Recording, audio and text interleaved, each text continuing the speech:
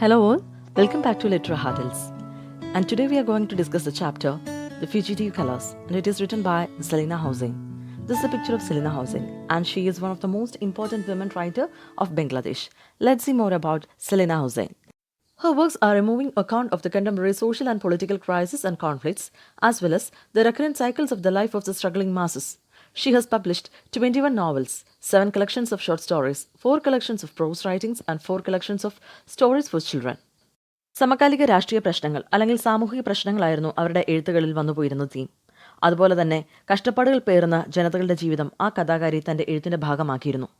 Quite a few of her novels have been translated into Indian regional languages and into French, Russian, and English. She has received many awards for her writings. She is also involved in social and cultural activities as well as human rights and gender issues. ഇന്ത്യയിലെ ചില പ്രാദേശിക ഭാഷകളിലേക്കും French, Russian and English തുടങ്ങിയ foreign ലാംഗ്വേജസിലേക്കും Selina ഹോസൈൻ്റെ വർക്കുകൾ translate ചെയ്യപ്പെട്ടിട്ടുണ്ട്. തൻ്റെ എഴുത്തുകൾക്ക് ഒരുപാട് അവാർഡുകൾ വാരിക്കൂട്ടിയ ഈ കഥാകാരി സാമൂഹികവും സാംസ്കാരികവുമായ പല വിഷയങ്ങളിലും ഇൻവോൾവ് ചെയ്തിട്ടുമുണ്ട്. ഇനി നമുക്ക് സ്റ്റോറിയിലേക്ക് കിടക്കാം. ഒരു ഇൻട്രൊഡക്ഷൻ നോക്കാം. Fugitive Colours is a story about the trouble-stricken region of Bangladesh. It deals with the sacrifice of a young man who has been slain because he represents the enemy.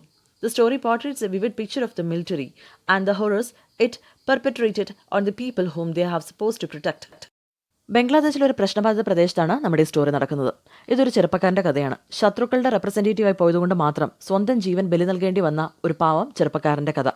അതുപോലെ തന്നെ സംരക്ഷണം കൊടുക്കേണ്ട ആൾക്കാരോട് മിലിറ്ററി പീപ്പിൾ ചെയ്തു വെക്കുന്ന കുറച്ച് ദ്രോഹത്തെ പറ്റിയും ഒക്കെ ഈ കഥയിൽ നമ്മുടെ കഥാകാരി ചർച്ച ചെയ്യുന്നു. ഇനി നമുക്ക് സ്റ്റോറിയിലേക്ക് കിടക്കാം. ഇതിൽ ബാക്ക്ഗ്രൗണ്ട് എന്താണെന്ന് ജസ്റ്റ് നമുക്ക് നോക്കാം. എന്താണ് ഈ വാർലൈക്ക് സിറ്റുവേഷൻ ഇവിടെ ഫോം ചെയ്യാൻ കാരണമെന്നും നോക്കാം. The story tells about the war between the Bengali settlers and the hill people. The story reveals the trouble faced by the people in the hill region of Bangladesh. Hill people are fighting against the Bengali settlers because they were forcibly grabbing their land inch by inch. ബംഗ്ലാദേശിന്റെ മലയോര മേഖലയിൽ താമസിക്കുന്ന hill പീപ്പിളും ഇവിടെ സെറ്റിലാവാൻ വന്ന ബംഗാളി സെറ്റിലേഴ്സും തമ്മിലുള്ള ഫൈറ്റാണ് ഈ സ്റ്റോറിയിൽ present ചെയ്തിരിക്കുന്നത്. ഈ Bengali settlers hill പീപ്പിളിന്റെ കയ്യിൽ നിന്ന് ഇഞ്ച് ബൈ ഇഞ്ചായിട്ട് ഭൂമി പിടിച്ചടക്കാൻ ശ്രമിക്കുകയാണ്. സർവൈവലിന് വേണ്ടിയിട്ട് തങ്ങളുടെ ലാൻഡ് വിട്ടു കൊടുക്കാതിരിക്കാൻ വേണ്ടിയിട്ട് അവരും ഇവരോട് യുദ്ധം ചെയ്യുന്നു. The hill people take up arms against Bengali settlers because for them victory is a question of survival. According to the hill people, the presence of the soldiers in the beautiful village means bitterness, hatred, bloodshed and destruction. മലയോര മേഖലയിൽ താമസിക്കുന്ന hill people തങ്ങളുടെ സർവൈവലിന് വേണ്ടിയിട്ടാണ് ആയുധമെടുത്ത് ബംഗാളി സെറ്റിലേഴ്സിനെതിരെ ഇറങ്ങിയത്. ശരിക്കും പറഞ്ഞാൽ ഈ beautiful ആയിട്ടുള്ള അവരുടെ വില്ലേജിൽ ഈ സോൾജേഴ്സിൻ്റെയും ഈ ബംഗാളി സെറ്റിലേഴ്സിൻ്റെയും ഒക്കെ പ്രസൻസ് എന്ന് പറഞ്ഞാൽ അവരെ സംബന്ധിച്ചിടത്തോളം ഒരു ബിറ്റർ ഫീലിംഗ് ആണ്. ഹേറ്റഡ് ആണ്, അവിടെ ബ്ലഡ് ഷെഡ് ഉണ്ടാവും, ഡിസ്ട്രക്ഷൻ ഉണ്ടാവും. ഇനി നിങ്ങൾക്ക് ഞാൻ ഈ കഥയിലെ നായകനെ പരിചയപ്പെടുത്താണ്. ഷുദീപ്. Shudip belongs to the Bengali settlers in the land of hill people. In this story, he is introduced as a young jilted and rejected lover. Bidhitha is the name of his lover and she belongs to the hill people. ഒരു വിരഹ കാമുകനായിട്ടാണ് ഷുദീപിനെ ഈ സ്റ്റോറിയിൽ ചിത്രീകരിച്ചിരിക്കുന്നത്. Hill പീപ്പിളുടെ ലാൻഡിൽ സെറ്റിലാവാൻ വന്ന ബംഗാളി സെറ്റിലേഴ്സിൽ ഒരുവനാണ് നമ്മുടെ നായകനായ ഷുദീപ്. Hill പീപ്പിളിൽ ഒരുവളായ ബിന്ദിത എന്നൊരു പെൺകുട്ടിയുമായി ഇയാൾ പ്രണയത്തിലാവുകയാണ് ചെയ്യുന്നത്.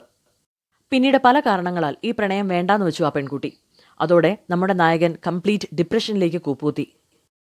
It might be her personal struggle for survival which forced her to reject Shudip. After that breakup, Shudip was in a deep agony and he could not forget her beautiful face. It haunts him by day and by night, and he is almost in the state of madness. His friend Shubhopriyo invites him to stay with his family for some days, hoping that it would heal his hurt. Hill പീപ്പിളിൽ ഒരുവളാണല്ലോ ബിന്ദിത. അപ്പോൾ അവരുടെ ഇടയിൽ നിന്നുള്ള പ്രശ്നങ്ങളും ബഹളങ്ങളും വഴക്കുകളും ഒക്കെ കാരണമായിരിക്കാം ചിലപ്പോൾ ഈ ഒരു റിലേഷനിൽ നിന്ന് തന്നെ ബിന്ദിത പിൻവാങ്ങിയത്.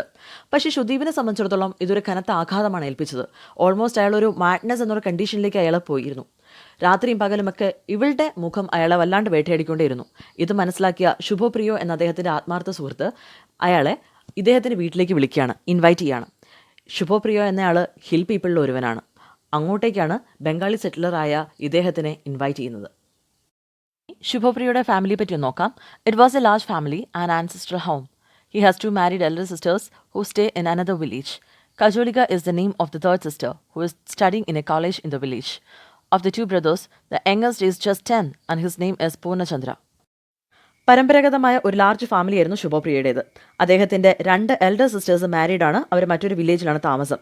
ഇനിയൊരു സിസ്റ്ററുണ്ട് കജോളിക. അവൾ വില്ലേജിലാണ് പഠിക്കുന്നത്, ഇപ്പോൾ വീട്ടിലുണ്ട്. 2 ബ്രദേഴ്സ് കൂടെ ഉണ്ട്. ഇനി അതിലെ ഏറ്റവും ഇളയവന് 10 വയസ്സാണ് പ്രായം. അവൻ്റെ പേര് പൂർണ്ണചന്ദ്ര എന്നായിരുന്നു. പൂർണ്ണചന്ദ്ര എന്ന പേരിനെക്കുറിച്ചും ഒരുപാട് കാര്യങ്ങൾ പറയാനുണ്ട്. Purnachandra is the youngest brother of Shubhapriyo. Purnachandra was soon a close friend and a guide to Shudip. He knows the nook and corner of the whole jungle. Purnachandra means full moon. Shudip asked him who had given such a beautiful name. ശുഭപ്രിയയുടെ ഏറ്റവും ഇളയ അനിയനായിരുന്നു പൂർണ്ണചന്ദ്ര. സുദീപുമായിട്ട് വളരെ പെട്ടെന്ന് തന്നെ പൂർണ്ണചന്ദ്ര അടുക്കുന്നു. അവൻ്റെ ഫ്രണ്ടായും ഗൈഡായും ഒക്കെ ആ കാട്ടിലൂടെ എപ്പോഴും ഇവർ രണ്ടുപേരും ഒന്നിച്ച് നടക്കുമായിരുന്നു. ഒരു ദിവസം ശുദീപ് അവനോട് ചോദിച്ചു, പൂർണ്ണചന്ദ്ര എന്ന മനോഹരമായ ഈ പേര് നിനക്ക് ആരാണ് തന്നതെന്ന്. Suddenly the boy felt silent and replied that it was Thakurda. The boy was deeply troubled by the haunting memory of the killing of old Thakurda by the Bengali soldiers during a raid. The boy too wants to fight and avenge for the horrible murder. ഷുദീപിന്റെ ചോദ്യം കേട്ട പൂർണ്ണചന്ദ്ര ഒരു നിമിഷത്തേക്ക് silent ആയിരുന്നു. പിന്നീട് അവൻ പറഞ്ഞു താക്കൂർദയാണ് ആ പേര് തന്നതെന്ന്. താക്കൂർദ തങ്ങളുടെ ഫാമിലിയിലെ ഏറ്റവും മുതിർന്ന ആളായിരുന്നു. ഒരിക്കൽ ബംഗാളി സോൾജിയേഴ്സ് തങ്ങളുടെ വീട്ടിലൊരു റെയ്ഡിൻ്റെ കാര്യവും പറഞ്ഞു വന്ന് താക്കൂർദയെ ഉപദ്രവിക്കുന്നതും മർഡർ ചെയ്യുന്നതും ഈ കുട്ടി നേരിൽ കാണാനിടയായി. ആ മെമ്മറി പൂർണ്ണചന്ദ്രയെ വല്ലാണ്ട് ഹോണ്ട് ചെയ്തിരുന്നു. വലുതായി കഴിയുമ്പോൾ മുതിർന്ന ആൾക്കാരെ പോലെ തന്നെ ബംഗാളി സെറ്റിലേഴ്സിനെതിരെ ഇതിനൊക്കെ പകരം ചോദിക്കണമെന്ന് ദൃഢനിശ്ചയം അവൻ്റെ ഉള്ളിലുണ്ടായിരുന്നു.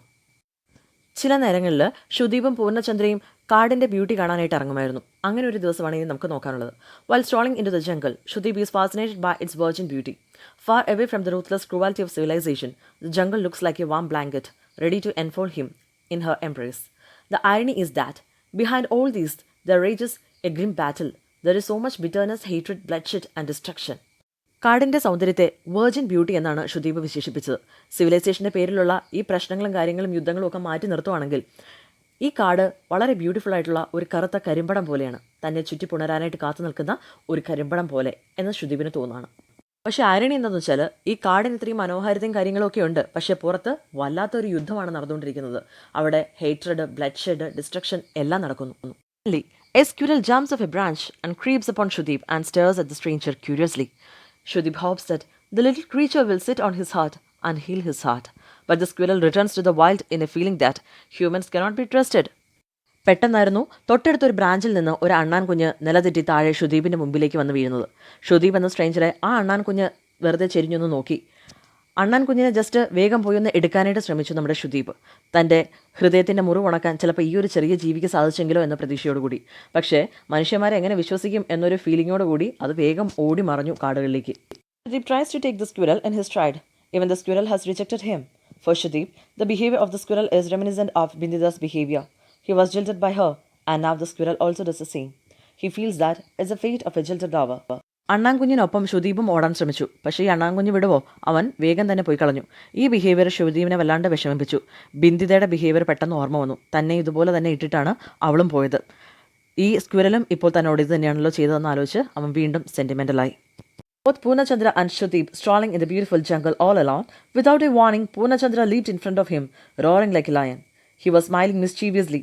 That was only a childlike prank. He had a cowbell with him and suggested Shudip to wear it, because if he lost his way, it would be helpful to find him out. Then Shudip asked the boy an irrelevant question. Did Purnachandra trust him? No. The answer came suddenly. അങ്ങനെ രണ്ടുപേരും കൂടെ ആ കാടിനുള്ളിൽ കൂടെ ഇങ്ങനെ നടന്നു പോയിക്കൊണ്ടിരിക്കുകയായിരുന്നു. പെട്ടെന്ന് യാതൊരു മുന്നറിയിപ്പുമില്ലാതെ പൂർണ്ണചന്ദ്ര ഷുദീപിനൊന്ന് പേടിപ്പിക്കാൻ വേണ്ടിയിട്ട് സിംഹത്തിൻ്റെ സൗണ്ടൊക്കെ ഉണ്ടാക്കി ഒരു ഒറ്റച്ചാട്ടം അദ്ദേഹത്തിൻ്റെ മുന്നിലേക്ക്. ഷുദീപ് വല്ലാണ്ട് പേടിച്ചു. ഇത് കണ്ട് പൂർണ്ണചന്ദ്ര അവിടെ കിടന്ന് പൊട്ടിച്ചിരിച്ചു. ജസ്റ്റ് ഒരു ചൈൽഡ് ലൈക്ക് പ്രാങ്ക് മാത്രമായിരുന്നു.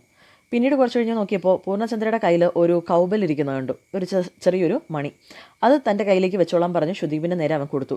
എങ്ങാനും അയാൾക്ക് വഴി മിസ്സായി പോവുകയാണെങ്കിൽ അത് ഉപകരിക്കുമെന്ന് പറഞ്ഞായിരുന്നു അത് അവൻ്റെ നേരെ നീട്ടിയത്. പെട്ടെന്ന് ഷുദീപ് അവനോട് ഒരു ഇറലവൻ്റ് ആയിട്ടൊരു ക്വസ്റ്റ്യൻ ചോദിച്ചു, നിനക്കെന്നെ വിശ്വാസമാണോ? അപ്പം തന്നെ ഉത്തരം വന്നു, ഏയ് ഇല്ല. He told Shudip that his people who killed Thakurda were grabbing the land of hill people. They were responsible for all the bloodshed and destruction taking place in this lovely land of others. Shudip represents the enemy, so he cannot be trusted. Even Didi Kajoliga also hates him. Purnachandra told him that if he stayed here too long, the military might burn up the whole village. പൂർണ്ണചന്ദ്ര വീണ്ടും തുടർന്നുകൊണ്ടേയിരുന്നു. കാരണം നിങ്ങൾ belong ചെയ്യുന്നത് ഞങ്ങളുടെ enemy ഗ്രൂപ്പിലാണ്, താക്കൂർദേനെ കൊന്ന ആ enemy ഗ്രൂപ്പിൽ. ശരിക്കും നിങ്ങളാണ് ഞങ്ങളുടെ ലാൻഡിലേക്ക് കയറി വന്നിരിക്കുന്നത്. ഞങ്ങളുടെ ലാൻഡ് ഇഞ്ച് ബൈ ഇഞ്ചായിട്ട് നിങ്ങളാണ് മോഷ്ടിച്ചുകൊണ്ടിരിക്കുന്നത്. ഇവൻ എൻ്റെ ചേച്ചി കജോളിക്ക് പോലും നിങ്ങൾ ഇവിടെ താമസിക്കുന്നത് ഇഷ്ടമല്ല. നിങ്ങൾ എത്രയും പെട്ടെന്ന് തിരിച്ചു പോകണം. തിരിച്ചു പോയില്ലെങ്കിൽ ആ സോൾജേഴ്സ് മൊത്തം ഞങ്ങളുടെ വില്ലേജ് ഒന്നാകെ കത്തിച്ചെന്നും ഇരിക്കും. ഇത് കേട്ട് ഷുദീപിന് വീണ്ടും വിഷമായി. ഇനി നമുക്ക് ഈ സ്റ്റോറിയിൽ പഠിക്കാനുള്ള മറ്റൊരു ക്യാരക്ടറാണ് കജോളിക. Kajoliga is the third sister of Shubhopriyo, who studies in a college in the village. He stays there in a hostel and now at home. She hates Shudip as he represents the Bengali settlers and show her contempt towards Shudip. She is in love with Riboti, a young man who fights for the hill people. Shanti Bhagani is the name given to the army of the hill people. ശുഭപ്രിയയുടെ മൂന്നാമത്തെ സിസ്റ്ററാണ് കജോളിക. അവൾ കോളേജിൽ പഠിക്കുകയാണ്, വില്ലേജിലാണ് നിൽക്കുന്നത്, അവിടെ ഒരു ഹോസ്റ്റലിൽ ഇപ്പോൾ വീട്ടിലുണ്ട്. ഷുദീപ് ഇവിടെ നിൽക്കുന്നത് അവൾക്ക് തീരെ ഇഷ്ടമല്ല. അയാളോട് മാക്സിമം വെറുപ്പ് അവൾ കാണിക്കുകയും ചെയ്യുന്നുണ്ട്. അവൾക്കൊരു ലവറുണ്ട്, പേര് റെബോട്ടി എന്നാണ്. അയാൾ ഹിൽ പീപ്പിളിന് വേണ്ടിയിട്ട് ബംഗാളി സെറ്റിലേഴ്സിനോട് ഫൈറ്റ് ചെയ്യാൻ നിൽക്കുന്ന ഒരാളാണ്. ശാന്തി ഭഗിനി എന്നാണ് ആ ആർമിക്ക് അവർ പേര് കൊടുത്തിരിക്കുന്നത്. ഇനിയാണ് സംഭവങ്ങളുടെ ഗതി മാറുന്നത്. Kajolika was waiting by the bamboo grove in order to meet her lover Raboti. At the same time, Purnachandra and Shudip were also there in the forest. The jungle was enveloped in darkness, although it was a daytime. The canopy of the trees was so thick, and it prevented the sun from shedding a ray of light. ആ കാട്ടിൽ കജോളിക bamboo ഗ്രൂവ്സിനടുത്ത് തൻ്റെ ലവറായ റെബോട്ടിനെയും കാത്ത് അവിടെ നിൽപ്പുണ്ടായിരുന്നു. Same ടൈമിൽ പൂർണ്ണചന്ദ്രയും ഷുദീപും ആ ഫോറസ്റ്റിലുണ്ടായിരുന്നു. Jungle എന്ന് പറഞ്ഞാൽ complete darkness ആണ്. ഡേ ടൈം ആണെങ്കിൽ പോലും കംപ്ലീറ്റ് ഒരു രാത്രി ഇഫക്റ്റാണ് അതിൻ്റെ ഉള്ളിൽ. They hear a rumble of military jeep coming quite near and then sped away. Both Purnachandra and Shudip hid themselves behind a huge tree. When the jeep went off, Purnachandra started running wildly, looking for Kajolika. Shudip also ran behind the boy and find the girl. ഷുദീപും പൂർണ്ണചന്ദ്രയും പെട്ടെന്നാണ് അടുത്തൂടെ എവിടെയോ ഒരു jeep പോകുന്ന ശബ്ദം കേട്ടത്. അവർ രണ്ടുപേരും വേഗം തന്നെ ഒരു മരത്തിൻ്റെ പിന്നിൽ ഒളിച്ചു. ജീപ്പ് പോയെന്ന് ഉറപ്പ് വരുത്തിയ പൂർണ്ണചന്ദ്ര വളരെ വൈൽഡായിട്ട് കജോളിക അന്വേഷിച്ച് ഓടാൻ തുടങ്ങി. ഇത് കണ്ട് ഷുദീപും അവൻ്റെ പിറകെ ഓടി. അങ്ങനെ അവർ ആ പെൺകുട്ടിയെ കണ്ടെത്തി. Her clothes were torn all around and her body was motionless. Blood was flowing between her legs.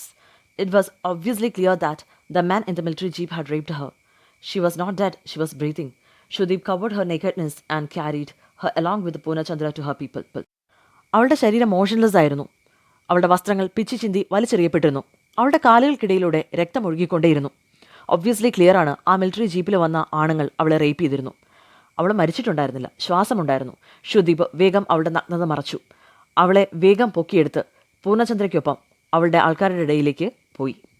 Now we are moving to the climax of the story. Suddenly, Raboti and his comrades appeared before them. Thinking that Shudip had been responsible for the criminal act, Raboti pointed his rifle at Shudip's chest. When Purnachandra told them Shudip was innocent, Raboti broke down and wept. Shubhopriyo and others were all horrified and furious. കജോളിയും കൊണ്ട് പൂർണ്ണചന്ദ്രയോടൊപ്പം ഷുദീപ് എത്രയും പെട്ടെന്ന് അവരുടെ വീട്ടിലേക്ക് എത്തണമെന്ന് പറഞ്ഞ് പുറപ്പെട്ടതാണ്. പക്ഷെ ചെന്നപ്പെട്ടത് റെബോട്ടിയുടെ മുമ്പിലാണ്. ഈ കാഴ്ച കണ്ട റെബോട്ടി തെറ്റിദ്ധരിക്കുകയാണ് ഷുദീപാണ് ഇതിന് കാരണക്കാരനെന്ന്. തൻ്റെ കയ്യിലുള്ള റൈഫിൾ അദ്ദേഹത്തിൻ്റെ നെഞ്ചിലേക്ക് പോയിന്റ് ചെയ്യുന്നു. പക്ഷേ പൂർണ്ണചന്ദ്ര ഇടപെട്ട് പറയുകയാണ് അദ്ദേഹം നിരപരാധിയാണ്, വെറുതെ വിടണമെന്ന്. ഇത് കേട്ട ഉടനെ റെബോട്ടി തകർന്ന് അവിടെ ഇരുന്ന് പൊട്ടിക്കരഞ്ഞു. കാര്യങ്ങളറിഞ്ഞ ശുഭപ്രിയയും അദ്ദേഹത്തിൻ്റെ ഫാമിലിയും വല്ലാണ്ട് ഫ്യൂരിയസ് ആയി. എസ്പെഷ്യലി ശുഭപ്രിയ വല്ലാണ്ട് ഫ്യൂരിയസ് ആയിരുന്നു. ശുഭപ്രിയ wanted to wreak vengeance on Shubhopriyo's people for all the wrongs they committed against the hill people. As Shudip symbolizes the enemy race, Shubhopriyo's father ties him into a tree. Shudip remained silent but empathetic. Shubhopriyo killed him. The rest is silent. പാവം ഷുദീപ് ഇവിടെ ബംഗാളി സെറ്റിലേഴ്സിൻ്റെ ഒരു representative ആയിപ്പോയി. അവിടെ കൂടിയിരുന്ന hill പീപ്പിളിൽ എല്ലാവർക്കും ബംഗാളി സെറ്റിലേഴ്സിനെ ആകെ ഒന്നായി ഞെരിച്ചു കൊല്ലണമെന്നൊരു തോന്നലായിരുന്നു ഉണ്ടായിരുന്നത്. ശുഭപ്രിയയ്ക്ക് especially. വളരെ ഫ്യൂരിയസ് ആയ ശുഭപ്രിയയുടെ അച്ഛൻ നമ്മുടെ ഷുദീപിനെ വേഗം തന്നെ ഒരു മരത്തിൽ കെട്ടിയിടുന്നു. നീ അവരുടെ കൂട്ടത്തിൽ പെട്ടവനല്ലേ, നീയും ബംഗാളി സെറ്റിലേഴ്സിൽ ഒരുവനല്ലേ എന്ന് പറഞ്ഞ്. പാവം ഷുദീപ് താൻ നിരപരാധിയാണെന്നോ തെറ്റൊന്നും ചെയ്തിട്ടില്ലെന്നോ ഒന്നും വിളിച്ചു പറയാൻ നിന്നില്ല. ബംഗാളി സെറ്റിലേഴ്സിൻ്റെ ഒരു റെപ്രസെൻറ്റേറ്റീവ് ആയി പോയതുകൊണ്ട് മാത്രം എല്ലാത്തിനും നിന്നുകൊടുത്തു. അവസാനം തൻ്റെ ഫ്രണ്ടായ ശുഭപ്രിയയുടെ കൈകൊണ്ട് തന്നെ അദ്ദേഹം മരണപ്പെട്ടു. പിന്നീടെല്ലാം സൈലൻറ്റ്. ഷുദീപിൻ്റെ മരണത്തോടുകൂടി ഈ സ്റ്റോറി ഇവിടെ പൂർണ്ണമാവാണ്. ജസ്റ്റ് ഈ കൺക്ലൂഷനോടെ നമുക്ക് നോക്കാം. Sudeep has come to the serene jungle to experience the healing touch of the nature. Instead what he eventually gets is not life but death. Sudeep ഇവിടെ വന്നത് തന്നെ ആ ജംഗിളിൻ്റെ അല്ലെങ്കിൽ നേച്ചറിൻ്റെ ഒരു ഹീലിംഗ് ടച്ചിന് വേണ്ടിയിട്ടാണ് അല്ലേ. ജീവിതത്തിന് പകരം അവന് അവിടെ കാത്തിരുന്നത് മരണമായിരുന്നു. As he carries the bleeding body of Kajolika to her people, the reward he gets is ironically tragic.